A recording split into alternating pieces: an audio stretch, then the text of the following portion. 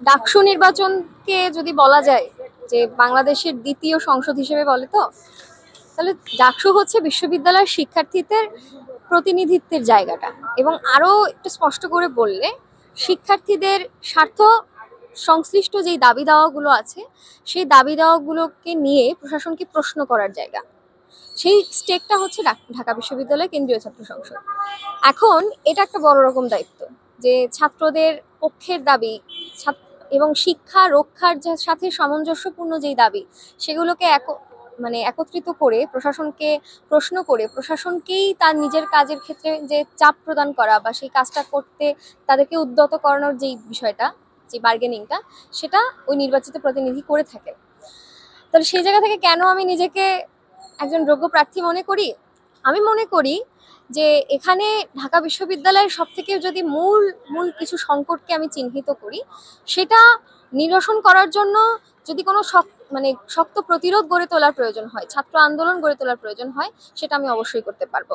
যেমন আমাদের ঢাকা বিশ্ববিদ্যালয় মাত্রই তো হচ্ছে গবেষণা, কিন্তু আমরা যদি দেখি আমাদের বিশ্ববিদ্যালয়ে গবেষণার ক্ষেত্রে সব থেকে বেশি অমনোযোগের নিদর্শন দেখা গেছে। বাজেটে হচ্ছে মাত্র 2% বরাদ্দ দেওয়া আছে, এবং স্বাস্থ্য খাতের হিসাবটা আমি নাই বলি। কিছুদিন আগেও আমাদের নারী হলে, একটা নারী হল বঙ্গমাতা শেখ ফজিলাতুন্নেসা মুজিব, ওই হলেই আমাদের একজন আবাসিক শিক্ষার্থী উনি মারা গেছেন।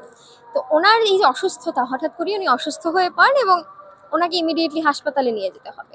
তখন আমরা কি দেখলাম, আমাদের হল প্রশাসনগুলোতে এই যে স্বাস্থ্যগত দিক থেকে একটা এমার্জেন্সি সার্ভিস ক্রিয়েট করার যে জায়গাগুলো, এক হলে সার্বক্ষণিক ডাক্তার রাখার যে জায়গাগুলো, এই যে বেসিক বিষয়গুলো, এগুলো নিয়ে কিন্তু কোনো মাথা ব্যথা নেই। ফলশ্রুতিতে হাসপাতালে নিতে গিয়ে ভুল হলো, দেরি হয়ে গেল এবং উনি মারা গেলেন।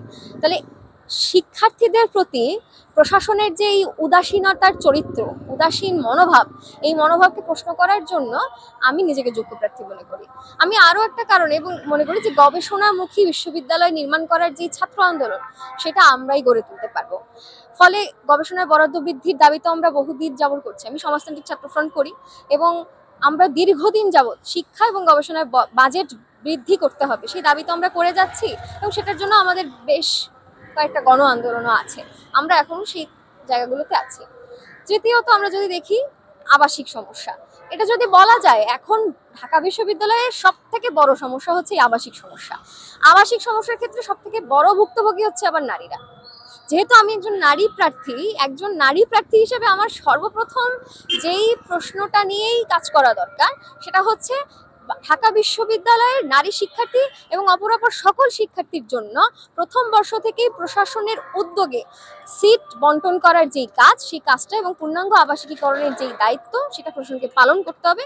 এবং এটার জন্য চাপ প্রয়োগ করার জন্য, ছাত্রদের মধ্য দিয়ে শক্ত প্রতিরোধ করার জন্য আমি সেটা করতে সক্ষম, আমি সেটা নিশ্চিতভাবে আমরা করতে পারবো। আপনারা দেখবেন যে গণঅভ্যুত্থানের পরেও হচ্ছে বৈধ সিট আমার অধিকার বা এরকম করে মুভমেন্টগুলো হয়েছে।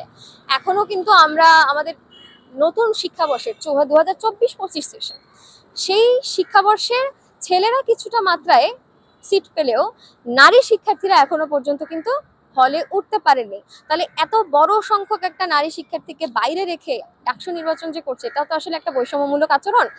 তারপরও সেই জায়গা থেকে আমার অঙ্গীকারটাও এটা, যে ঢাকা বিশ্ববিদ্যালয়ের যে আবাসিকীকরণের যে জায়গাটা, কোনো রকম কোনো ছাত্র সংগঠন বা পেশি সংগঠনের কাছে সেটাকে সোপর্দ না করে প্রশাসনের নিজের দায়িত্বে সিট বন্টনের যে দাবি, এবং হলে হলে হলে হলে পরিবেশকে স্বাভাবিক রাখার জন্য আমরা হল মনিটরিং সেল তৈরি করার দাবি করছি। হল মনিটরিং সেল হচ্ছে যে ক্যাম্পাস এবং হচ্ছে হলগুলোতে, বিশেষত হলগুলোতে বিভিন্ন রকম ছাত্র সংগঠন যে সেখানে এক্সিস্ট করে, তারা তাদের রাজনৈতিক প্রচারণা করবে, কিন্তু কেউ কোনো ছাত্র সংগঠন বা ছাত্র সংগঠন না করা মানুষ তার মতামত আরো কারো উপর চাপিয়ে দিতে পারবে না, কাউকে জোর করে প্রোগ্রামে নিতে পারবে না, কাউকে জোর করে কিছু শোনাতেও যেতে পারবে না। এই জায়গাটা ঠিক করার জন্য ত্রিপক্ষীয় মনিটরিং সেল তৈরি করা, অর্থাৎ যারা ছাত্র সংগঠনের সাথে যুক্ত তাদের প্রতিনিধি, হল প্রশাসন, এবং যারা কোনো সক্রিয় রাজনীতি করেন না বা নির্দলীয় শিক্ষার্থী বলে তারা তাদেরকে দাবি করেন, তাদের প্রতিনিধি। এই তিন পক্ষের মধ্য দিয়ে হল মনিটরিং সেল চালু করলে ক্যাম্পাসের যে অন্যতম দাবি, যে ক্যাম্পাস এবং হলের গণতান্ত্রিক পরিবেশকে নিশ্চিত করো, সেই দাবিটা আমরা পূর্ণ করতে সক্ষম হব। এবং আমরা এই জায়গা থেকে, এই দাবিটা তো কোনো কেউ করছে না, আমরা এখনো পর্যন্ত কাউকে এই ধরনের সেল তৈরি করার দাবি আসলে কাউকে করতে দেখিনি। সেটা আমরা করছি, দীর্ঘদিন যাবত করছি, সেই লড়াইটা আমরা করতে পারবো। আর সর্বশেষ আরেকটি পয়েন্ট, সেটা হচ্ছে মানুষের মৌলিক অধিকারের মধ্যে তো সবার প্রথমে খাদ্য, তারপরে বস্ত্র, তারপর বাসস্থানটা দরকার। আমি এতক্ষণ শিক্ষার অধিকারটা নিয়ে কথা বললাম, কিন্তু আমরা যদি হলের খাবারগুলোর দিকে তাকাই এবং ক্যান্টিনের যে মানে ক্যাম্পাসে যে ক্যান্টিনগুলো আছে সেগুলোর দিকেও যদি আমরা তাকাই, প্রচুর পরিমাণের খাবারের দাম, কিন্তু খাবারের মান অত্যন্ত কম।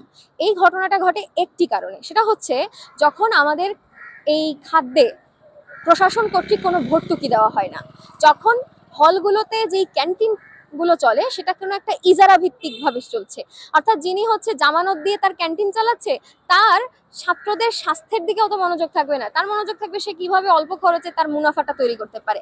ফলে আমরা দাবি করি হলে হলে ডাইনিং সিস্টেম চালু করে, এবং সেটা প্রশাসনিক তত্ত্বাবধানে সেই ডাইনিং গুলো চলবে, এবং অল্প দামে ছাত্ররা যেন স্বাস্থ্যসম্মত খাবারটা পেতে পারেন, সেটার জন্য খাবারে ভর্তুকি প্রদানের দাবিটা, এটা কিন্তু অন্য কেউ করছে না। সেই জায়গা থেকে সেই দাবিটাও যেমন ছাত্রদের কাছে নিয়ে যাওয়া দরকার। এই বেসিক কথাগুলো বলার জন্যই, আরো জোরদার করার জন্যই আমি ডাকসু নির্বাচন করছি, এবং সেই জায়গা থেকে আমি নিজেকে যোগ্য মনে করছি। আপনার পরিচয় এবং কোন পদে আপনি করছেন?